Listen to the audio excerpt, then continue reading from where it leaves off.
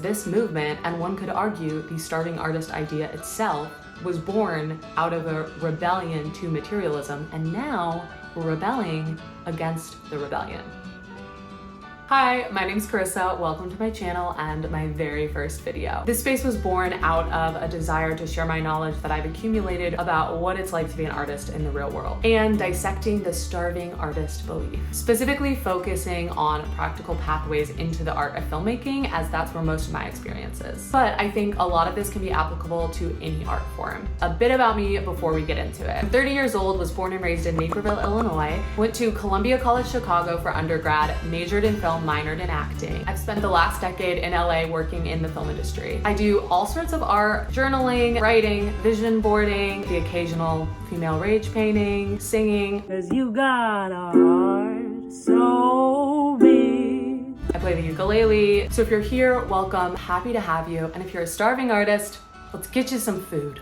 So if you're not familiar with the starving artist belief, it's essentially the idea that you have to sacrifice your material well-being for your art. Painter Vincent van Gogh is a great example of a starving artist. You can Google him, find out his whole story. I wanted to research where this belief came from because it's just one of those things I feel like I've always known, but I don't actually know where or why it exists. It seems that the idea of the starving artist can be traced back to the late 18th, early 19th century, which I always have to remind myself is late 1700s and the early 1800s. There was a popular slogan around that time, art for art's sake, which was coined by the philosopher Victor Cousin. So this slogan stood for the idea that art doesn't need justification, it doesn't have a political agenda, it exists for the sake of beauty and is essentially pure. This is where things get interesting. I discovered this slogan was born out of a movement called the aestheticism movement. Cannot believe I said that right on my first try. I had this whole bit planned where I was gonna mispronounce aestheticism, and now it's ruined. Aestheticism, aka the aesthetic movement, was in Britain from about 1860 to 1900. This movement was born out of a rebellion to the obsession with materialism at the time. This was peak Victorian era, where society was like, if you don't have a mansion and a big old red dress like Queen Victoria, you are not worthy. And the French bohemians were like, excusez-moi, we are having none of that.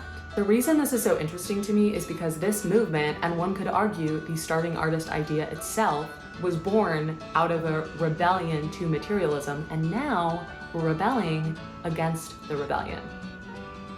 I don't know, history can be cool. This is why I like to go down a rabbit hole, because you just never know what you're gonna learn. It's cool to see where things come from and see these patterns throughout history that repeat themselves. Another player in the starving artist game was French author and poet named Henry Murger. He wrote a novel about 4 starving artists. The English translation is Scenes of Bohemian Life. That was published in 1851, which was during the aestheticism movement. Was it? What is it, 1860? That's a lie. I need to fact check that one. Okay. The book was also the basis for the opera La Bohème, and that premiered in 1896, ran well into the 20th century, and is still known today. Van Gogh was born in 1853, but most of his famous paintings were done in his 20s, which would be 1888 to 1890. So this was all within the time period that I would say romanticizing of a starving artist was at its peak. There are other examples of this in art during this time as well. The painting The Poor Poet by German painter Karl Spitzweg. That was as early as 1839. This Norwegian writer's name, I don't actually know how to say. Knut? It's spelled K-N-U-T. I'm gonna assume that that's nut. Let me Google it really quick. Pronunciation. Oh. Knut Hamsun. Good thing I looked that up. And the novel Hunger by Norwegian writer Knut Hamsun in 1890. Over time, this belief evolved, jumping ahead to the 20th century. In 1922, a short story by German writer Franz Kafka was published. The title can be translated to a hunger artist, a fasting artist, even a starvation artist. The protagonist is a man who essentially seeks public fame through fasting. Public fame. What is that? Seeks fame through public fasting. The protagonist is a man who essentially seeks fame through public fasting. There are different interpretations of what this story means. Some people say it's spiritual. Some people say it's not spiritual at all. Others say it's about a misunderstood artist. Some say it's autobiographical. Others think it's ironic. That's the beauty of art. You can interpret it in many different ways. Ultimately, to me, this story represents the way that the belief evolved from the rebellion of the aestheticism movement into a full embrace of suffering for your art. So skip ahead to the 21st century where this belief has grown and morphed and changed and really had a lot of time to just seep into the fabric of society. This is when things start to change. In 2003, there was a study done by the Urban Institute that concluded that 96% of Americans valued the art in their communities, but only 27% valued the artists. If you read the full study, or even just skim it like I did, you can see the attitude of Americans at the time. Essentially what they found is that art was perceived as frivolous or recreational, and most people didn't have a sense of what an artist's time was worth or what their products were worth, and often expected them to donate both for nothing. To be honest, I still hold this belief myself. I just realized that there are videos I'm planning on making that are going to be supported by this belief, so hello hypocrisy.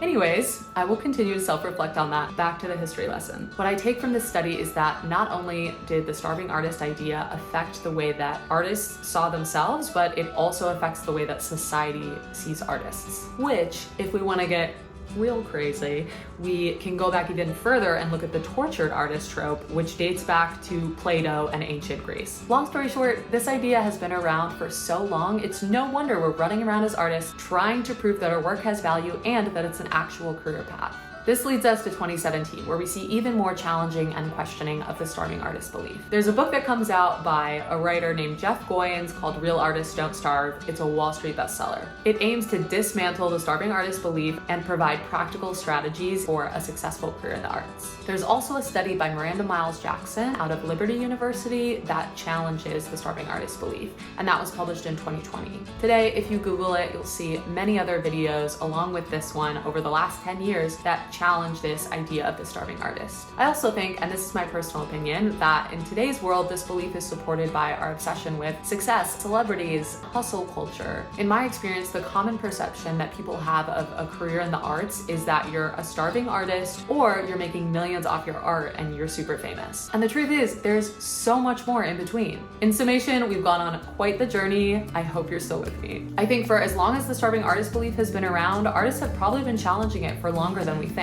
It's just so ingrained in us that if you're an artist and you're watching this, you're probably thinking, A, you have to starve to make good art. B, if you're not making money off your art or super famous, then you're not a real artist. And C, you may even hesitate to call yourself an artist because your friends or family or the internet think that it's not a real job. This is why I've created this channel. I think about all of the artists out there who have gotten talked out of a career path in the arts or gotten talked out of having creativity in their lives altogether. And what a disservice that is to society and to yourself. I was very privileged to be encouraged to pursue a career in the arts from a very young age. My family was super supportive. My public school had robust art programs. I was fortunate enough to go to art school for undergrad. Not everyone has these same privileges. And even as someone who came from that, I struggled and still struggle with considering myself an artist because I haven't won an Oscar or gotten a writing credit on a TV show or directed a commercial or made millions of dollars off my art. And the older I get, the stronger that belief becomes.